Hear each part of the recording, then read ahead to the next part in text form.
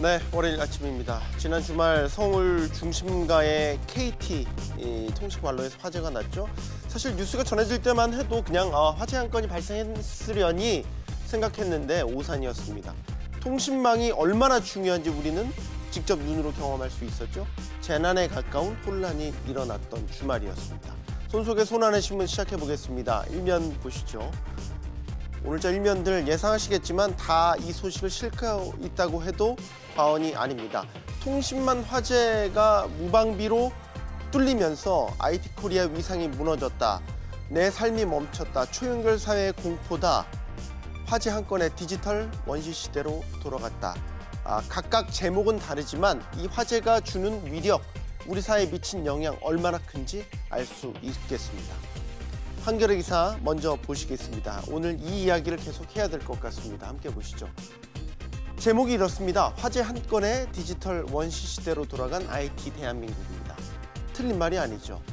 이 IT 코리아라는 말이 무색하게 느껴질 정도였으니까요.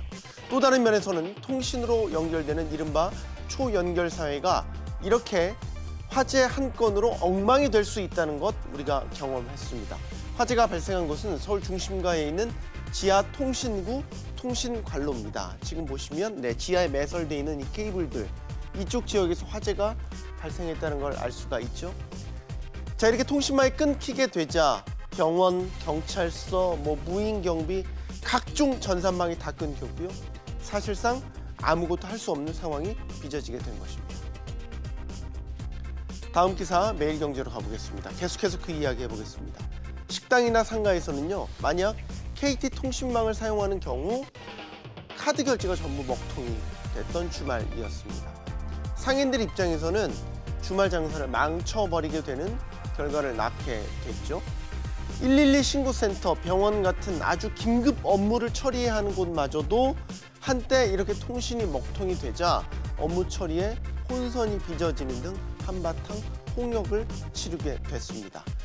자, 이처럼 통신망이 우리 삶에 이렇게 절대적인 영향을 미쳤나 몸으로 경험할 수 있는 주말이었습니다. 다음 기사 조선일보로 가보겠습니다. 이번 화재로 그러면 우리의 통신망 관리가 예상외로 너무나 허술하다, 이런 지적을 받기에 충분한 것 같습니다. 불이 난 KT의 아현지사는 KT 전국지사 가운데서도요, 통신망 허브 역할을 하는 곳인데요. 이 허브 역할을 하는 곳이 전국으로 따지고 보면 한 56곳 정도가 된다고 합니다. 그런데 이 아현지사 따져봤더니 보안 등급이 A부터 D등급 중에서 가장 낮은 D등급에 불과했다고 하는군요. 사고가 난 통신구엔 소화기가 불과 한 대밖에 비추되어 있지 않았다라고 하고요. 이런 통신망 허브의 절반은 백업 회신, 즉 한 곳이 문제가 되면 그 다른 곳으로 그대로 옮겨지면서 정상 가동이 돼야 하는 이 백업 회신이 없어서 이런 사고가 나면 사실상 속수무책 상태에 놓이게 된다라고 얘기를 하고 있습니다. 처음부터 다시 시스템을 점검하고 개선해야 할 때입니다. 동아일보로 가보겠습니다. 동아일보에서는 이재명 경기도지사를 둘러싼 기사 내고 있는데요. 해경궁 김씨 사건과 관련해 페이스북에 글을 이 지사가 올렸죠. 자, 그런데 이 내용이 지금 문제가 되고 있습니다. 문재인 대통령의 아들 준용 씨 특혜 채용 의혹을 다시 한번 언급한 것인데요. 이게 바로 지금 정치권에 파장을 일으키고 있습니다. 이 지사의 내용은 사실 이렇습니다.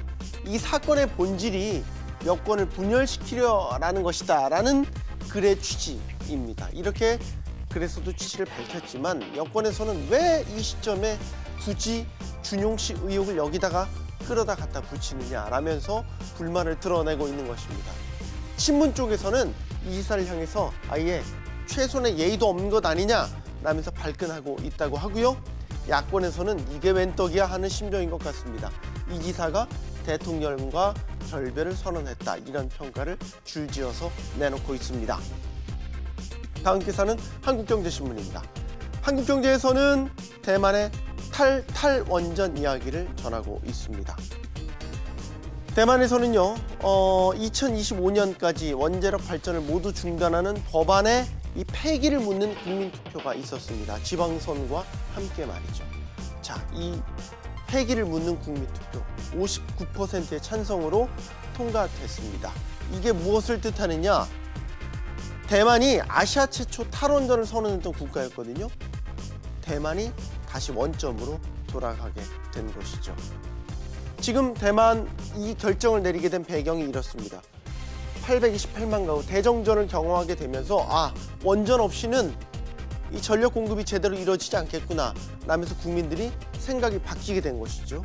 원전 되살려라, 반기를 들었다라고 헤드라인을 뽑고 있습니다. 그 아래 기사 한번 보실까요? 국내 여론은 어떨 것이냐? 국내 여론도 탈원전 반대가 우세하다라고 기사에서는 전하고 있군요. 결국 이 태만의 탈원전 이 결과가 우리 정부 탈원전 정책에는 어떤 영향을 미치게 될 것인지 분명히 시사하는 바는 큰 것 같습니다. 자, 오늘 마지막 기사 조선일보로 다시 가보겠습니다. 지난주 금요일 밤부터 토요일 아침까지 내린 눈 기억하십니까? 사실상 올 겨울 첫눈이었죠. 자, 꽤 많이 내렸습니다. 서울에 내린 첫눈이 적설량으로 따져보니까요 8.8cm였다고 합니다. 이 8.8cm가 얼마나 많이 내린 것이냐? 1981년에 지금과 같은 기상 관측이 도입이 됐는데 그 이래로 최대치라고 하는군요.